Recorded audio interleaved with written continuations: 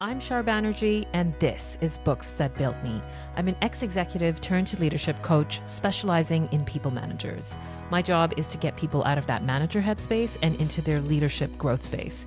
Typically, I work with clients to build leadership DNA and self-leadership muscles in either group programs or one-to-one coaching. But on this show, we dive deep into the stories of other leaders.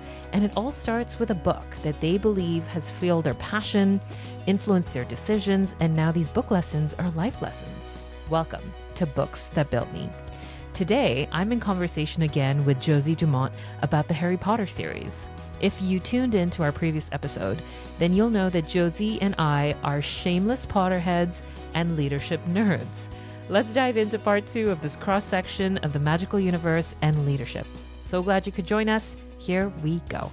Okay, so I just want to say I am so thrilled to be talking to you. For anyone who's listening and is hearing this back to back, we did not shoot this back to back.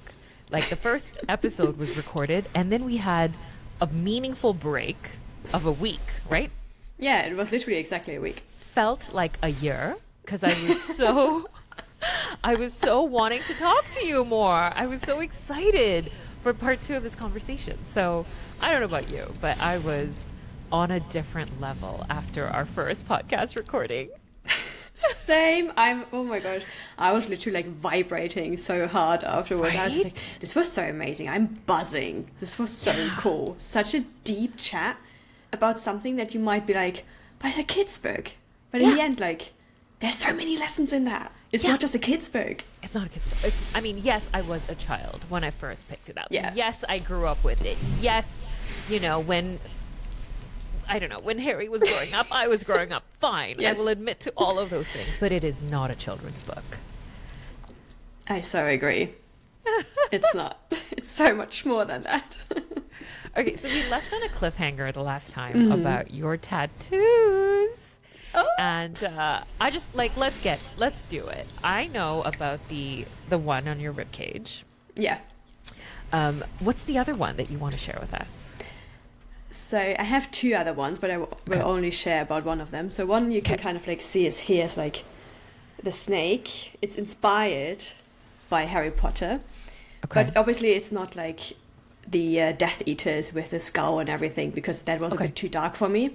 So I have flowers around it to make it pretty. But the one I want to talk about is the Deathly Hallows sign, the triangle with the stone and then the elder wand in the middle. Yes. And for me, it was more of a symbol of, I already have everything that I need to make my life successful. So it was more a reminder of that. And that's the tattoo that you have? Yeah, so I have that. I can't show that right now because it's like here. Yeah. Oh, my arm. It's there. Yeah. Oh, wow. So you have that symbol on. Yes, exactly. And the meaning behind it is, yes, it's comprised of the invisibility cloak, the elder wand, and the resurrection stone. Yes. And those symbolically are the things that make a wizard the most powerful. But for you, it's that reminder that you've got all of those things already within. Oh, Exactly. Like, I don't need any like external objects in order to make my life the best it can be. I already have everything I need in order to be a great business owner, a great author, a great mum, a great girlfriend, whatever it is that I want to be. I already have all that I need. And that's also something I always empower my clients with, because we all are whole. Like, we're not broken. We don't need to be fixed. We have all the skills that we are looking for, or we are admiring in others. So yeah, this is just like a little reminder for me of, don't ever doubt yourself. You've got this. I love that. And yes, we were talking about manifesting before we hit record. Yes, I can see the manifester in you as you say that. Yeah. Just go create whatever it is that you want to do, because who else is going to do it? Are you kidding? Exactly. If not you, then who? Yeah. Exactly. My thoughts. Love that. And then are we going to get into the snake? We can go a little bit into it. I mean, basically, let's see if I can show. It's literally just like the snake, and then I have flowers around it. But obviously it's at the same position as like where the Death Eaters have theirs. But to me it has like a completely different meaning.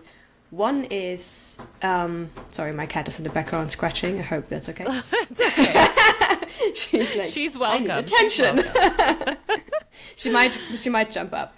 But for me, it's more around snakes are one of my favorite animals, actually. Really? Okay. Yes, I love snakes. I find they're like so elegant and super strong, and everybody just hates on them. And especially also like in Harry Potter, they're always like a symbol of like something bad or evil. Totally. Yes. But they are not, they're just living beings. They just want to like live their own life, right? So for me, it's more like, one is my favorite animal, but also it's just like a reminder of there's nothing wrong with you. If you're a snake, fine. Yeah. Like, who cares? It's more like bringing back out like the beauty in something that others might demonize or be like, oh, that's so bad, that's so evil, like you can't do that. It's more like, well, I do it anyway. Yeah. Whoa. Josie, I did not know that about you, that snakes are your favorite animal. And and I love that you even said, what's so evil about them? They're just like living their lives. Exactly. And for me, it's like, so that's a very personal thing, but like for me, there's no difference between any animal. I'm like, a snake is an animal, like a cat, like a dog, like a horse, like a cow, like a pig. There's no difference for me. So they just want to live their own life and be happy as any other animal, right? So they deserve to be treated with respect as well. And I love that your cat is making some noises in the background there to be like, yes, that's my mom representing the animal kingdom. Yeah, go mom. Yes, she is. Oh. Okay, so we're gonna run this episode like the same way we did last time.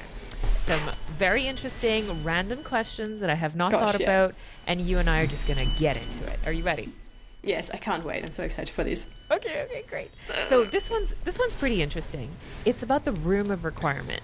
Do you remember the room of requirement, where it's like, and for anyone who hasn't read Harry Potter, the room of requirement is a room that will give you exactly what you need, exactly when you need it, if you know that it exists. Like if you literally go with a pure heart and you're looking for something, you open the door and it's there, and it's this magical place.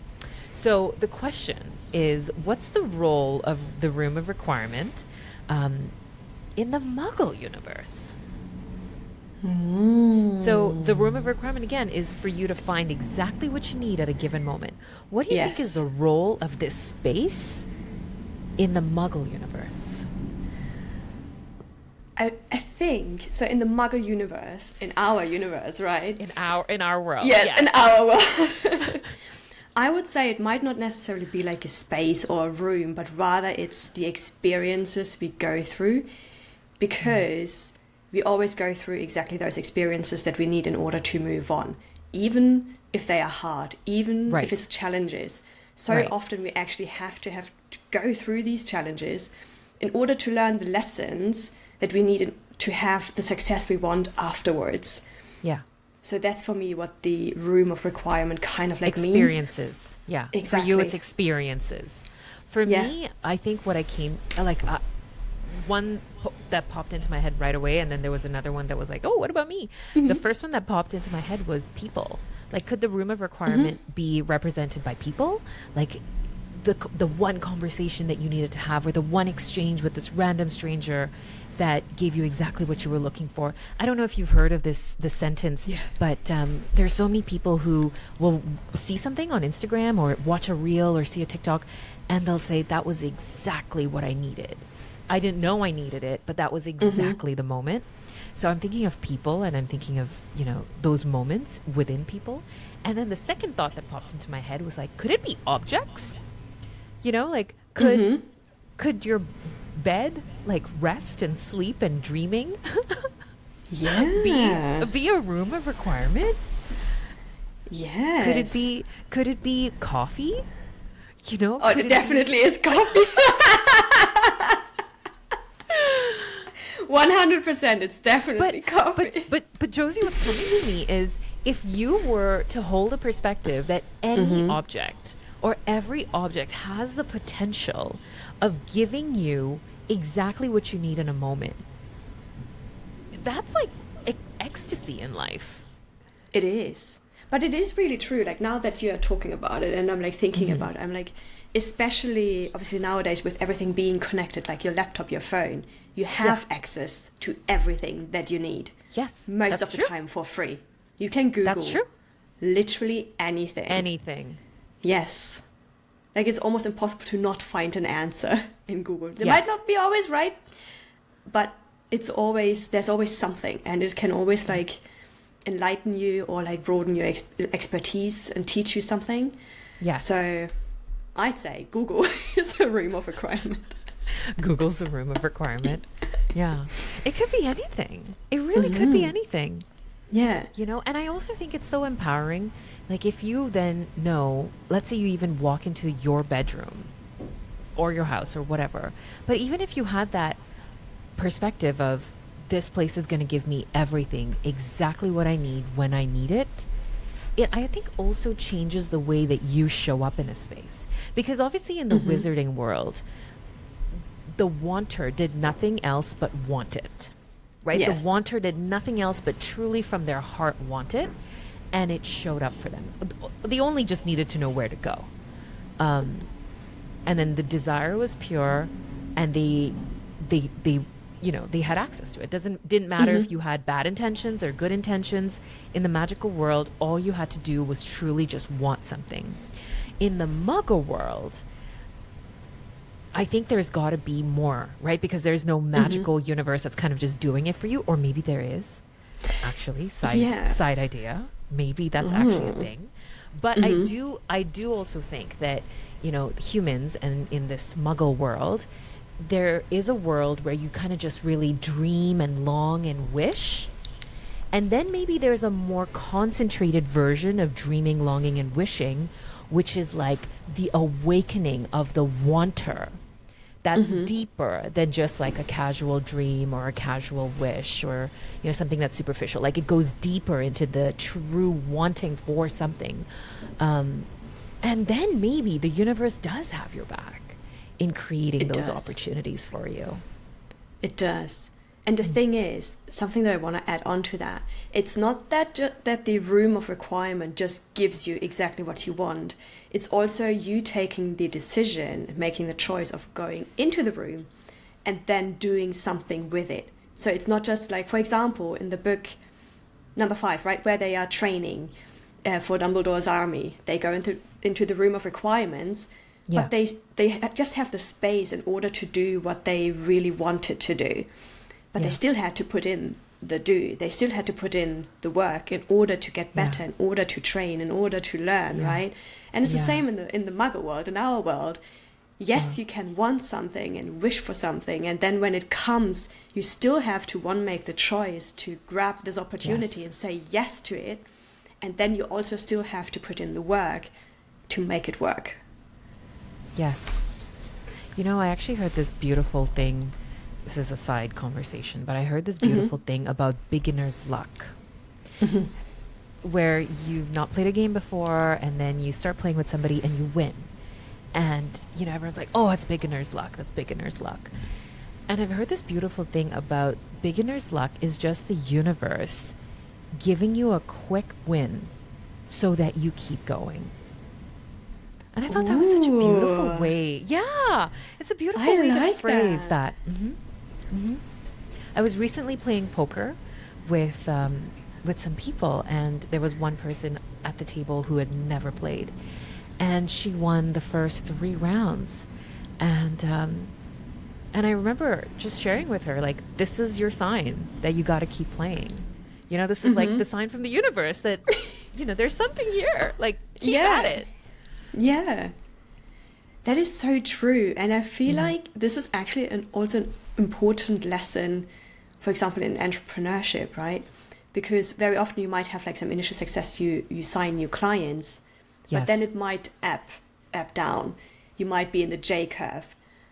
But if you keep on believing that this initial sign that it worked is actually your sign to keep on going, might then be the driving fuel that's enough for you to like, let's push through until you get out of it again. Yeah.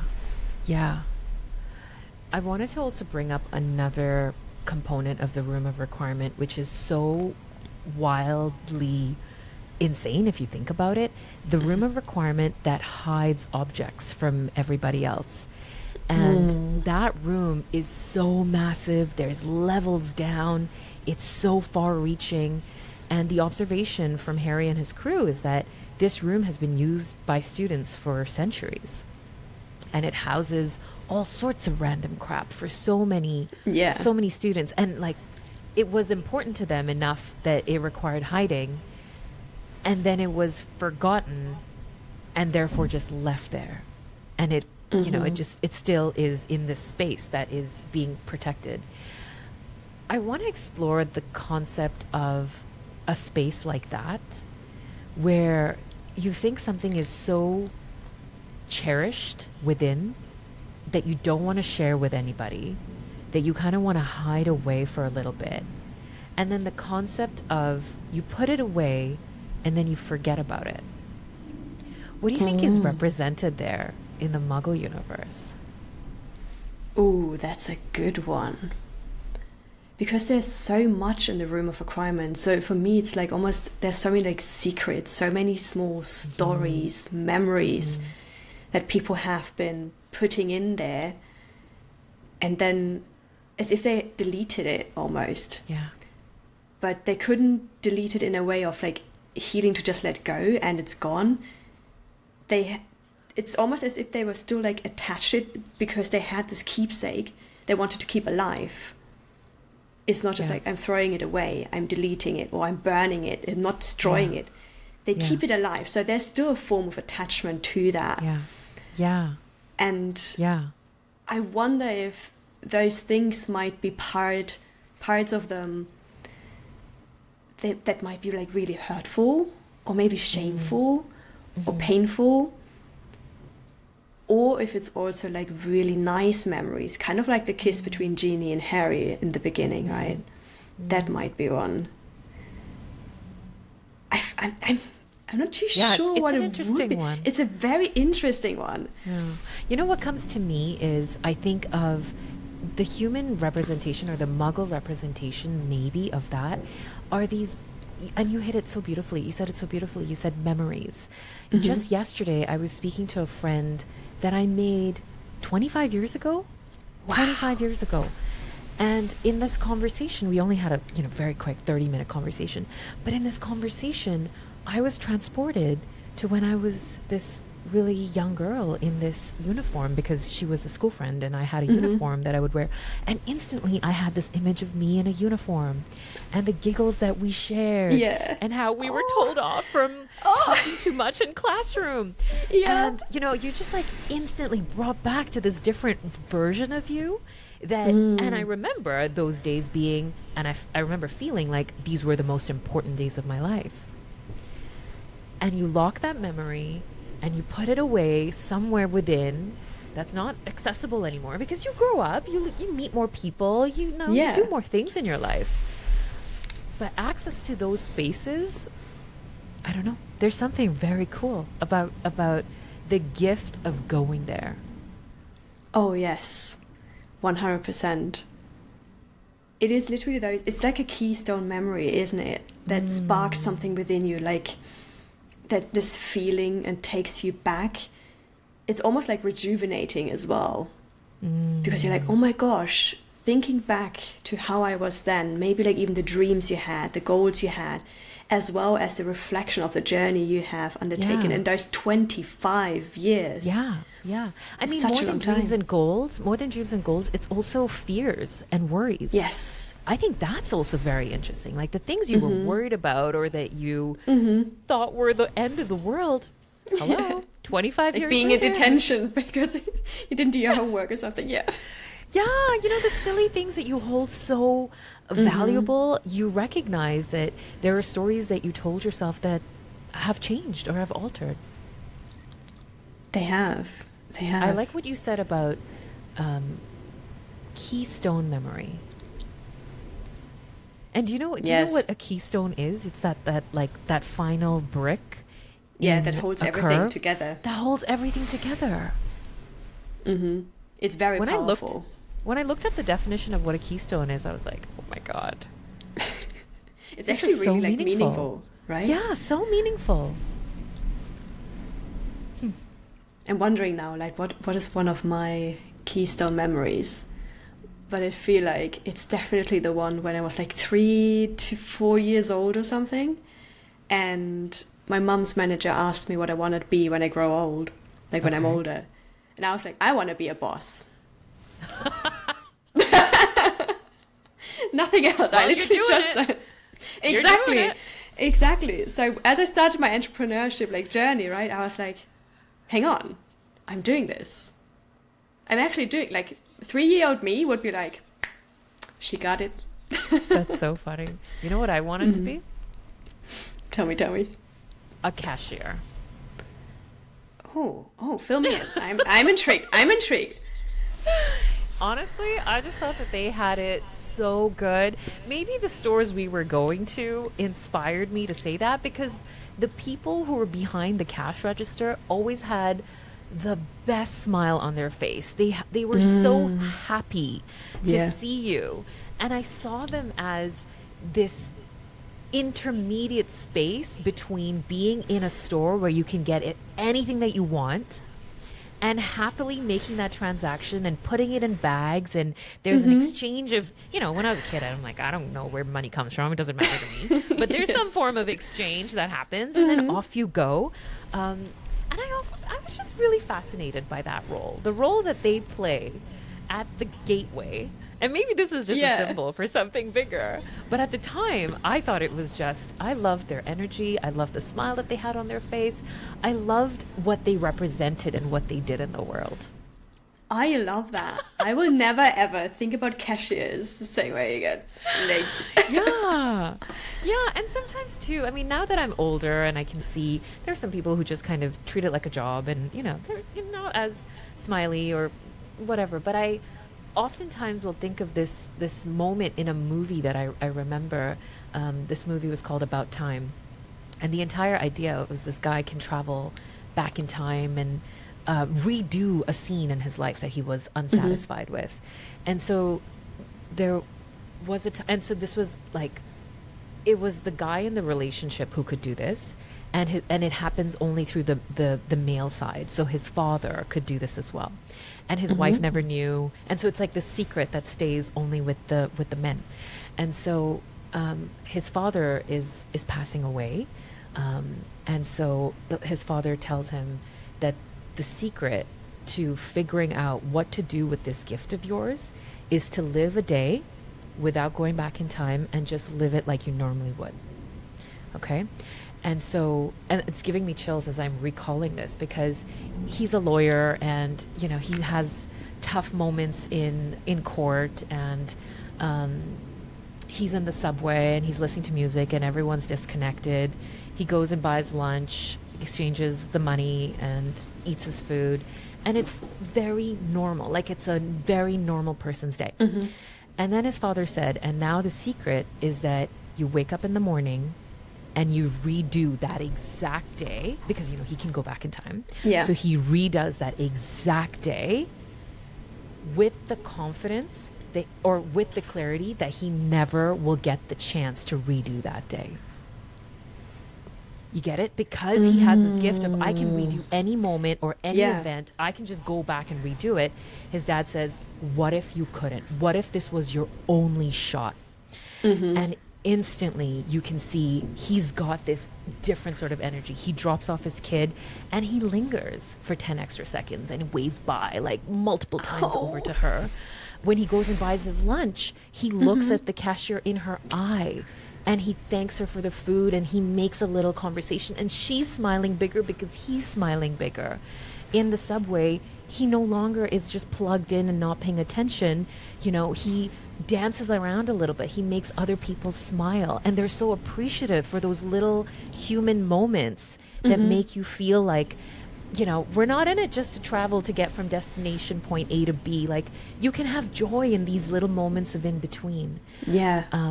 And so in the first version where he closes the day, he was kind of sad, and his wife was like, oh, you've had a tough day, go to bed.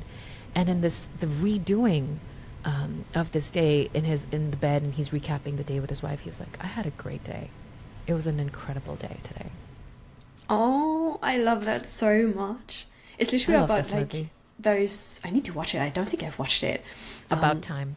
Mm-hmm. About time. Yeah, what I was just about to say was like it's like those little moments of connection, right? Where you build this brief connection with someone else, and just a smile can literally not only make your day, but also someone else's day. Yeah. And it's like it's one of the most precious gifts I feel like that you can gift. It's free. Anybody can do it. And imagine like the chain reaction as well that can like they can be caused by that. Oh.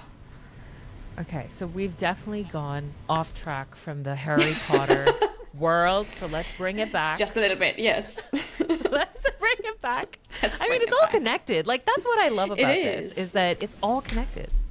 Okay, so let's move on to the second question here. So we're going to now reflect on the role of prophecies and fate in the Harry Potter series. Ooh. How do the characters navigate the tension between destiny and agency? And what does this reveal about effective leadership in uncertain times? Oof. I know, right?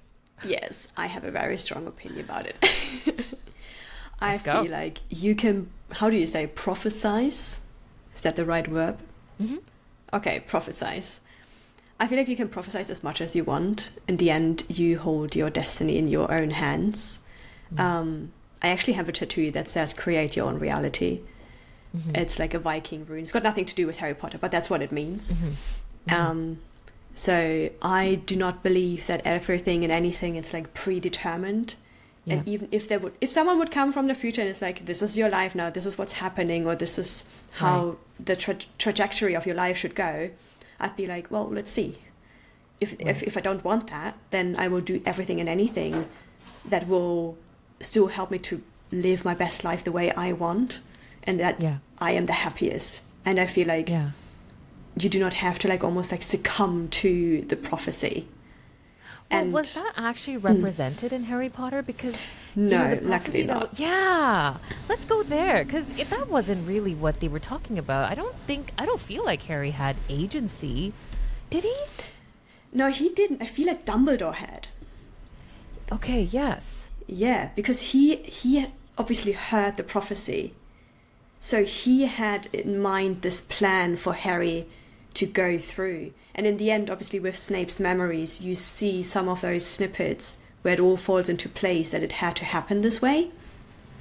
Hang on. What about that room that had all of the prophecies in it? Because that's interesting, right? That this prophecy was heard is what, and then that one person really believed in it is why they had to react and act. But if I think about that huge room full of prophecies, I think that was the idea, is that there are all of these prophecies that are made, but they don't necessarily come true unless the person of whom the prophecy is made hears it or collects it. Or hears it. Yeah. Now I'm like, I need to go back into the book and read it again. Yeah, that's an interesting one. There was definitely something around like, no, I think it's only the person who the prophecy is about can grab it. Yes.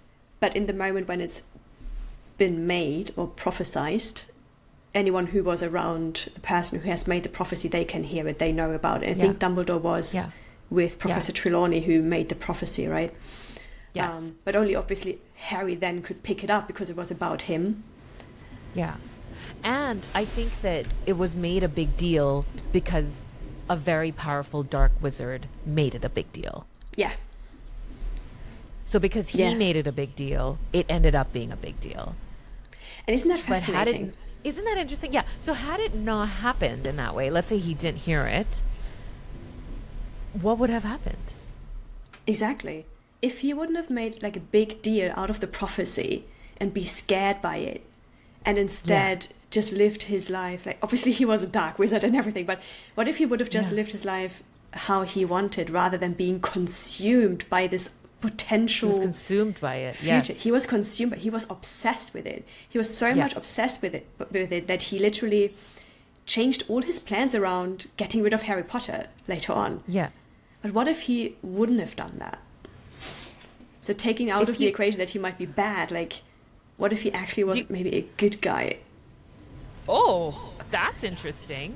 That if he hadn't been so obsessed with taking down the one person who was prophesized would be able to take him down, you think that, I'm paraphrasing, so please let me know. You're saying there could be a reality in which Voldemort stops being this evil wizard and actually turns to good? Maybe. It could be possible. That's a big one. I do think, because obsession in the wrong way can really turn a human around.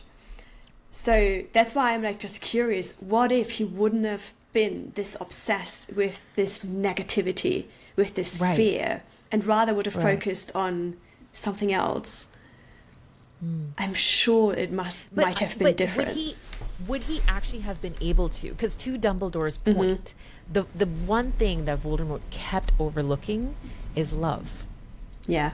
And so because he was so far away, removed from the power of love and what it can do for the soul and the spirit, you know, would you think it would have been possible for him to find his way back? I don't think it would have been possible for him, like, after the fact. Like, when he got to the point of, like, literally just walking around and eradicating people. Yeah. And splitting his soul. He split his soul. The key. Yeah. Because he went to such, like, far degrees of, like, splitting his soul and, like, doing this horrible, horrible stuff. I feel like that might have been the point where it was too far. But before that, that might be just me, but I do believe, like, there is no one human being who is from the bottom of their heart evil. Right. And they all deserve love to some degree. Like, in the end, we all just want to be loved, and he wanted to be loved in a different way, but he just couldn't express it or didn't know how to. I mean, this is a fascinating case study in psychology, because he was so broken from his childhood stories about who is my father, who is my mother, why did the thing that happened to me happen to me, where are my answers? Like, he was always in search for wanting that connection, and he never received it. And you know, there was also so much of, like, really not fitting in so many spaces. So I do think that it is the bottom line for all humans to be loved, accepted, validated. And so that he didn't receive that, I think he found new ways of creating validation in a different way. Yes, ugly and dark and scary, especially when he was a kid and the things that he did to other kids. But it was all a form of finding validation of who he is and why it matters. It was. That's why I'm kind of like asking myself, what if he would have used all this talent and this, like, great power to do something good in the end, you know, rather than seeking this validation with fear and overpowering rather than empowering. Yeah. So, I mean, that's a good point too. Like, if we go into Dumbledore's story, because there was a moment in Dumbledore's life that he did have an evil side, or, you know, he could have nurtured his evil side alongside a good best friend.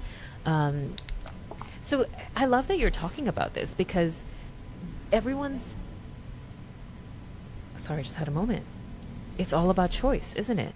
Yes. That Dumbledore chose this path that he's on, and Voldemort chose the other path that he decided to go on. Huh. It always is a choice. It's always a choice. Yeah. And as the same way Voldemort kept on, like, choosing to split his soul, to do all of these horrible things, Dumbledore chose to do good things.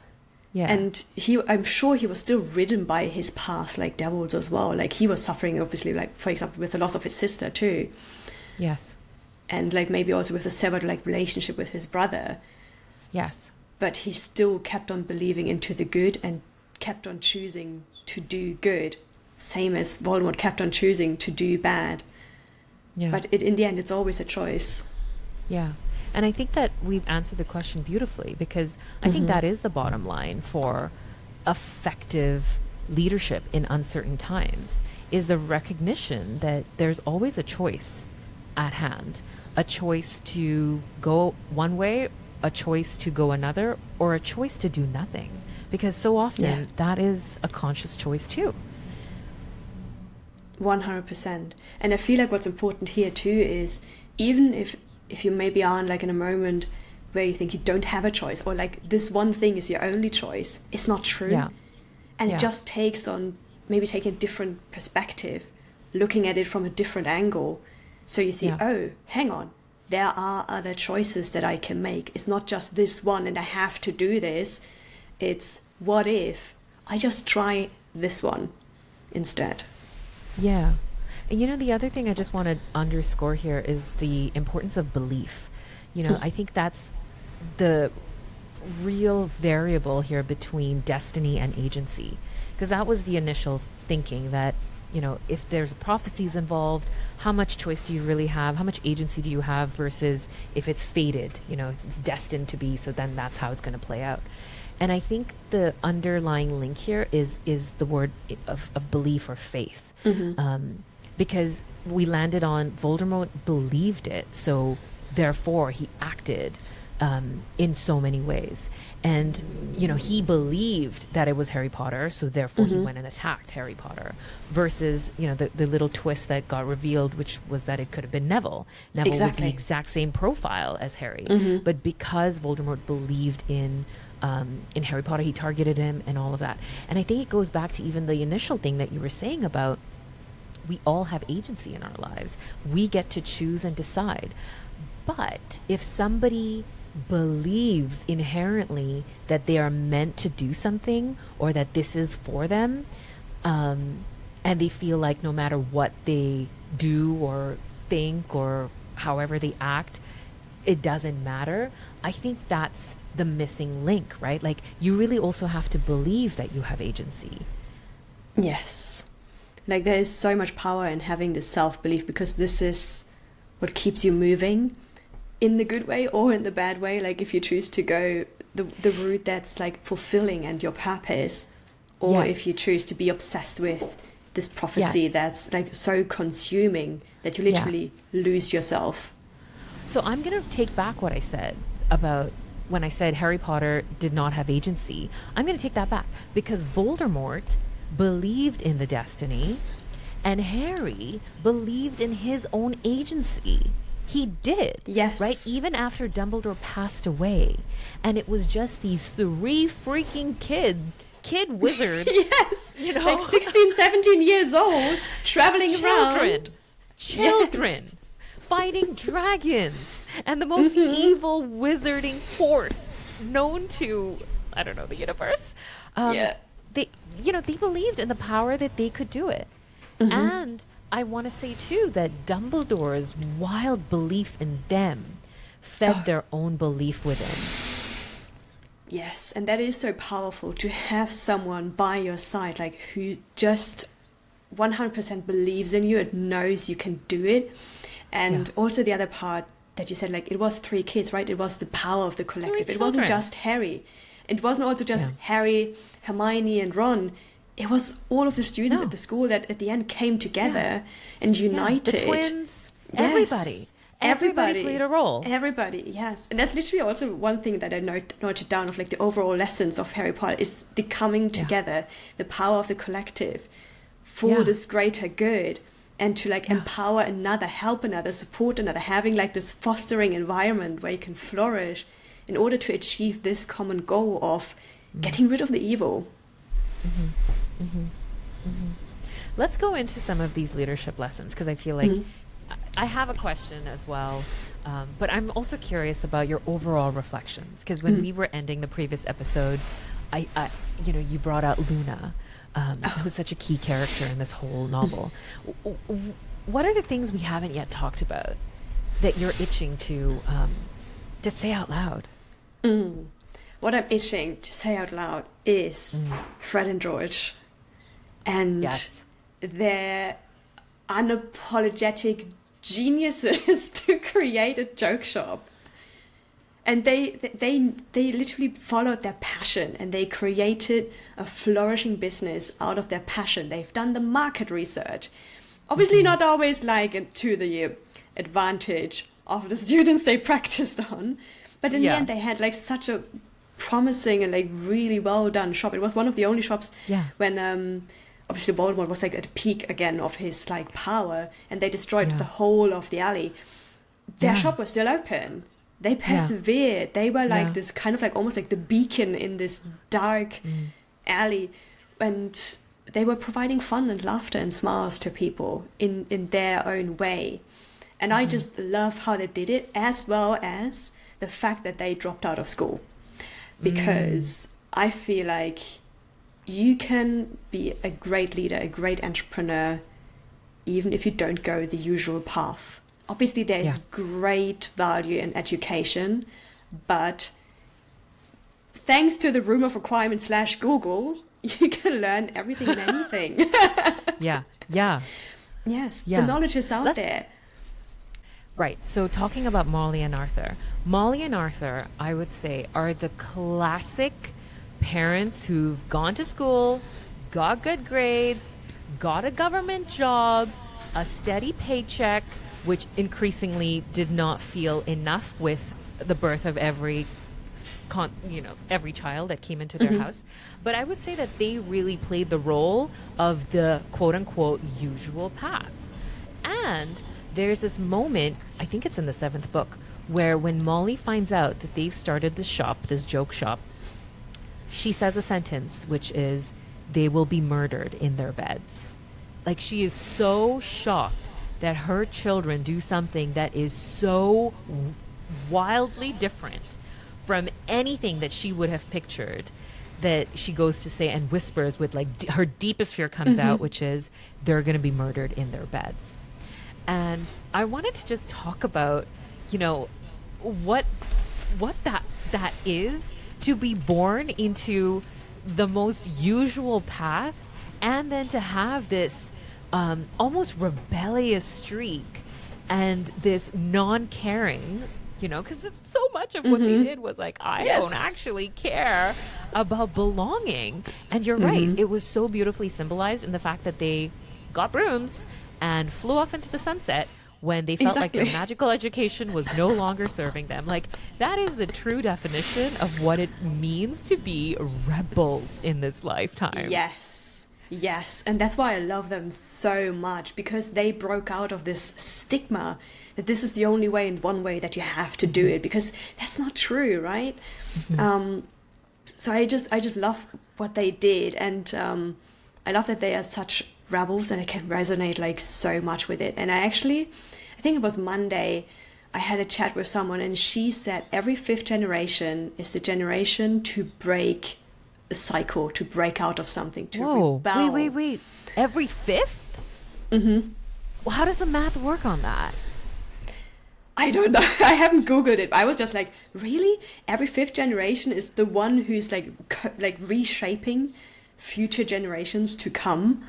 Okay, so let me think about this. If my grandparents are generation 1, then my parents are generation 2, I'm generation 3, and then my kids would be generation 4, and then their kids would be generation 5. So if my grandparents were the true revolutionaries, then the next time we would see that in our lineage would be at the level of my kids. Yes. My kids' kids. Yes. Your kids. Yeah. Interesting. Or maybe you're the revolutionary person. Yes. I think actually I am the revolutionary person, because I'm like rebelling against anything and everything from my family. So yeah, I feel like maybe that's also why I resonate like so much with Fred and George, because they just do their own thing. They go their own path. They believe in it. They put the work in, and they have success. And then obviously they still make their parents proud, and the parents then realize, actually, it's not that bad. Like, you have a successful shop. So great. Yeah. There's a concept that I teach about, which is called co-leadership. and co standing for you're doing something with somebody. And I think Fred and George so beautifully display this level of creation and this level of action and creation that is so wildly big because they're doing it together. You know, when I think of Fred or when I think of George, I literally can't think of how one is different from the other. But as a pair, they are so powerful together. They're funny, supportive, brilliant. You know, they can also have a temper, but they manage each other. Like, there's something about that system that really, really works in a huge way. What are your thoughts on that? I think it's really powerful to have your partner in crime, because that's what they had. Yeah. The ultimate partner in crime. Yes, for anything and everything in life. Not just in business. Obviously, they had it in life. They had this one person that was just there. Obviously, one died. But up until then, there was such a sad moment. Oh my gosh, I was crying my eyes out. Yeah.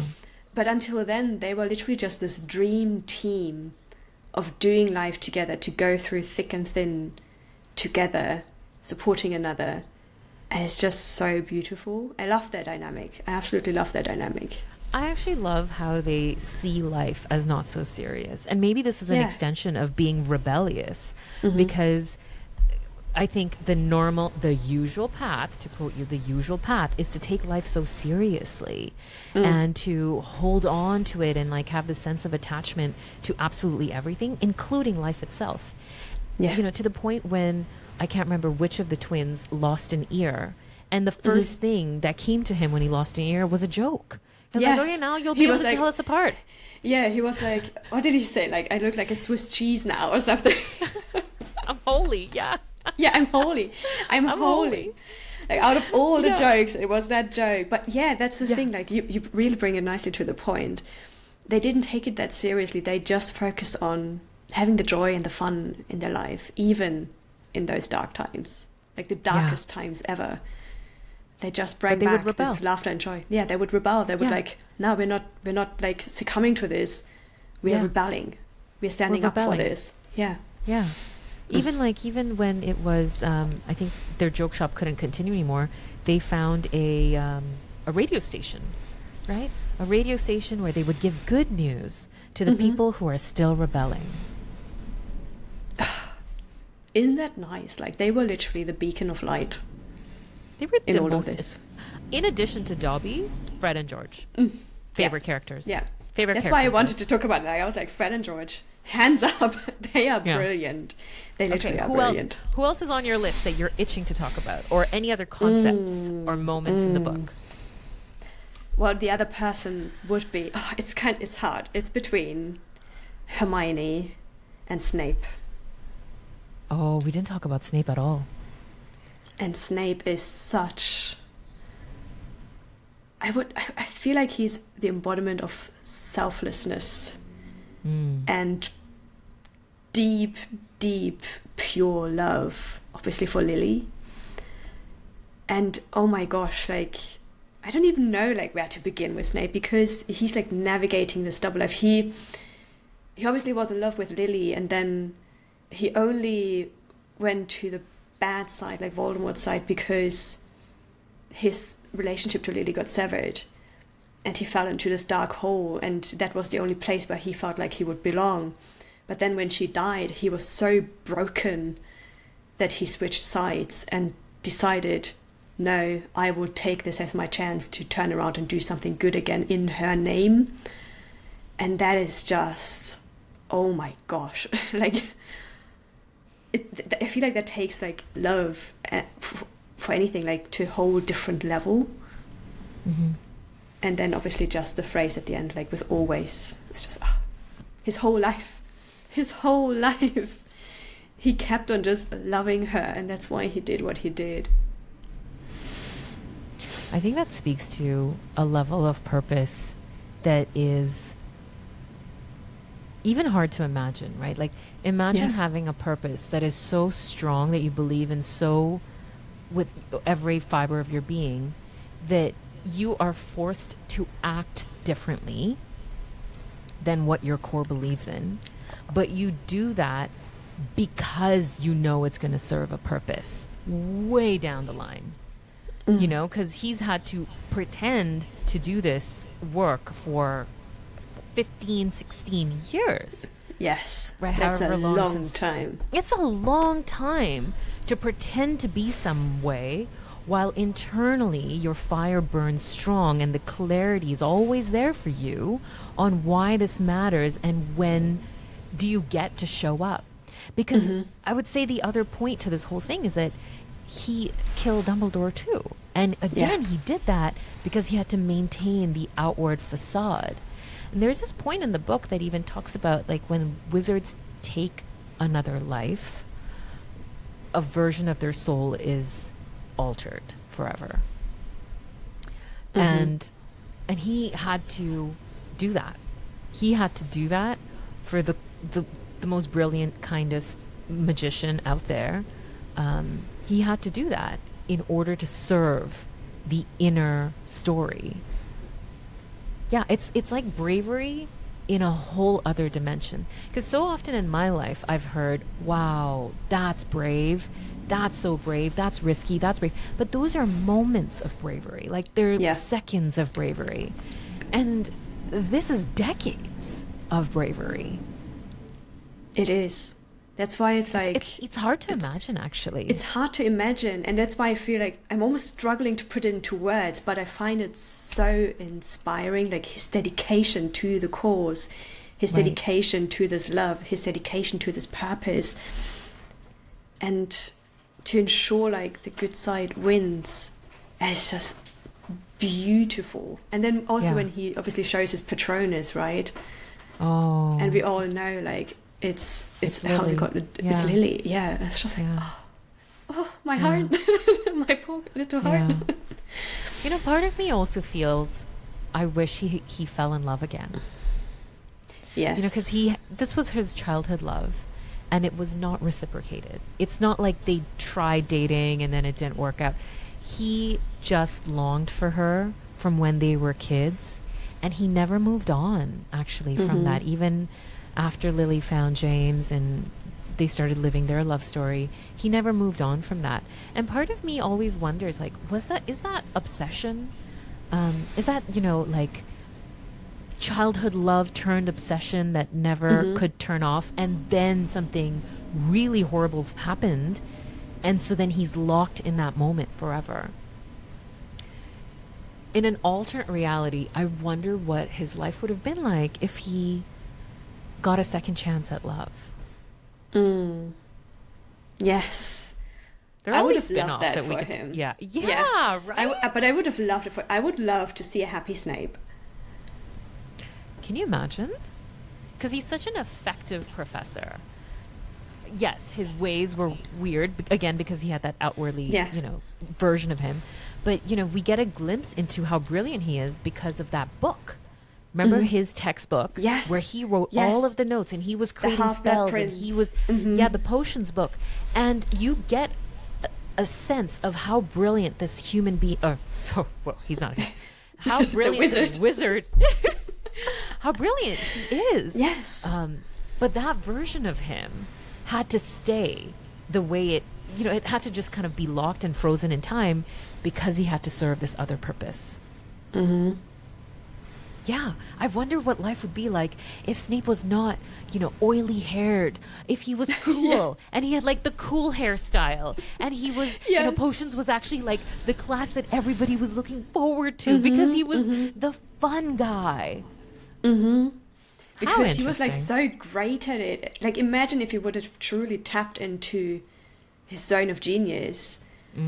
And obviously he was a teacher, but still, like, the books that followed, right? They didn't have his notes.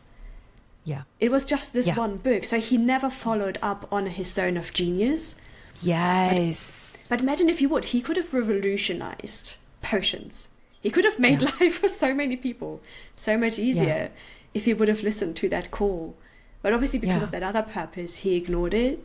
But at the same time, I'm like, what if he could have literally be the most powerful potion maker out there? Or just advanced potions in general. Yeah. You know, it's like when you develop technology, you're advancing this, you know, sure, this one discipline that you're in, but because of that advancement, more things get to advance. And so, yeah, that feels like a lost opportunity. The fact that you could have advanced an entire division, but didn't get the chance to do that. Maybe there could have been like Chat GPT in the wizarding world. I'm just saying. Yes. Imagine spitting out like the easiest way to create like this love potion. Totally. Yeah. Totally. Crush them. Don't cut them. Crush them. That's one of the tricks. I want to make sure that you get your chance to talk about Hermione too, because that made your list. So what of Hermione do you want to make sure we talk about today? Yes. So what I love about Hermione's development is, even though she starts off following the rules, being obsessed with rules and just being like, I need to do everything by the picture book. Right. She then starts to put her own spin on things.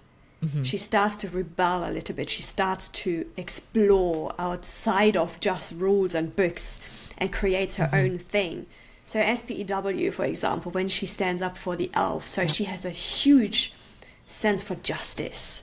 Yeah. And she speaks up for those who don't dare to. And I love that. And it's her dedication to it. And obviously she makes it to the top of the Ministry for Magic. And I feel like her path compared to Fred and George's path, both are so equally important. Obviously this one goes in entrepreneurship, but not everybody can do entrepreneurship. There are brilliant people out there who are great in the corporate world and they're needed in the corporate world. And that's people like Hermione, who bring in this dedication, who bring in this willingness to learn and to grow, but then to also put their own stamp on things and stand up for what they want to stand up for and have the voice and do it her way. She always did it her way. So, yeah, that's kind of like what I love about Hermione, that she just went and did that. The thing I gotta say about Hermione, about the rules and the books and following the rules, her transition from being a rule follower to this person who understands the rules in order to break them. Yeah. I think that transition for her was essential, and you can see how it's actually played out in other parts of her life. So for example, when she was like, well, no, we can't, the library is a sacred place. But she understood the rules that in the restricted section, you need a little note from your professor, and it didn't matter which professor. So she got the professor that was, Lockhart, the professor, the quote unquote professor that he is. The professor. She got him to sign a note. So to me, that shows the birth of the Hermione that then grows into the character that we love so much. But the birth of this Hermione who understands the rules in order to break them. And I think it's kind of so poetic that at the end, when she grows up, maybe this is not in the actual series and this is part of the play, like what happens later, but she is Minister of Magic. Exactly. And I think it's so poetic that she lands in that position of authority of creating rules, and how deep that position must feel to her, because she now understands that there are rules in place and she's worked at the edges of those rules, right? She's like, I can break free from the dimensions of the rules. And now she's in a position where she can bring all of that insight and bring clarity and more dimension into why things are done the way that they're done. And this goes on into the play where, time turners are banned in the future, except she holds on to one. Again, like demonstrating that she understands why the rule exists, but she can also dance on the edge of holding one back for herself. Yes. And I love that she does that. And I also, like, as you were talking, like, this one scene came up to mind where obviously Professor Umbridge comes in, right? And Umbridge is like talking all of this stuff, and everybody's just like, what the hell is she talking about? But because Hermione has like all of this background knowledge, and she knows the rules, she knows how everything works, she knows exactly, no, the Ministry is here to come to interfere and to take over. She knew from the first moment when Professor Umbridge was speaking. I didn't even get that the first time I was reading. I was just like, what is this? Like, what is she doing? But Hermione immediately got it. And that's then how everything else kind of like kicked off with like, okay, we need to do something against that. We can't let that happen, because this is not how we can be at our best as a wizard or witches. And that's the great thing about Hermione, is that it's not just rules that she follows, but I think she also has this way of zooming out and looking at systems and practices and different rules within different spaces. And because she's got a keen sense for how it organizes in her brain, you know, she's also able to shift those around and kind of see the bigger picture, where 99% of the population missed the bottom line for what an action actually means and what it represents for the future. And so insofar that Ron is a chess player, like the game of chess, I think Hermione plays chess, mental chess, and she can see things differently and how it all plays together. Like, she is that person who is 10 steps into the future, but not just in one dimension, in like multiple dimensions all around of them. her. Yes. She's literally, I feel like her zone of genius is connecting the dots, bringing it all together, and then translating it into something that makes sense for others. Yeah. Which is actually like a really great leadership skill to have, especially as a Huge. CEO. Just want to say that. Huge. Huge. Of course, absolutely. It's absolutely critical, actually, for CEOs to, I mean, they're the ones setting the rules, but it's also important for them to break those rules. You know, often great organizations are born from this sense that rules are made to be broken, and that, you know, you can create new rules, belief systems, values. You can create anything. I actually think that this is, if the bottom line for me for this section of Hermione is, if everyone can come to the understanding or the realization that anything in this world, like I'm holding up a battery right now, but anything in this world was dreamt up by somebody. It was literally, this thing was literally in someone's imagination. You know, like the nail polish on my fingers, that was somebody's idea, you know, and now it's real. I think the bottom line for me is that if you can adopt this mindset that anything can be created and anything can be destroyed with fluidity, you're ahead. Like, you are ahead. You're not bound by something fake. In fact, you're taken on by the reality that you are the creator, and you can manifest and make real anything possible. Amen. Oh, Amen. You said it beautifully. Amen, Shah. That was, and that's from Hermione, that was so well the character said. of Hermione. Yes, that's from Hermione. Yeah. I have loved, this is so fun. Like, we have talked we've gone over time. Yes, we did. This is an extra long episode. I just can't help it, because it is so fun. It's so fun to talk about this beautiful series that I have held in my heart for so many of my youthful years. And never did I think about wondering about Harry Potter from the leadership angle until I spoke to you. So I have you to thank for these incredible sessions. Thank you for shining the light and for bringing this dream, you know, into my world. I need to find new ways to talk about Harry Potter now. Let me just tell you that. But this has been such a wild ride. Thank you, Josie, for joining us. No, thank you so much, Shah, for letting me like share my passion and obsession with Harry Potter, and to combine it with my other obsession about leadership and mindset. Like, I feel like this was one of my absolute favorite 2 chats ever in my whole life, because there is so much to learn, not just in self-help books, but also those other stories that shape us, that build us.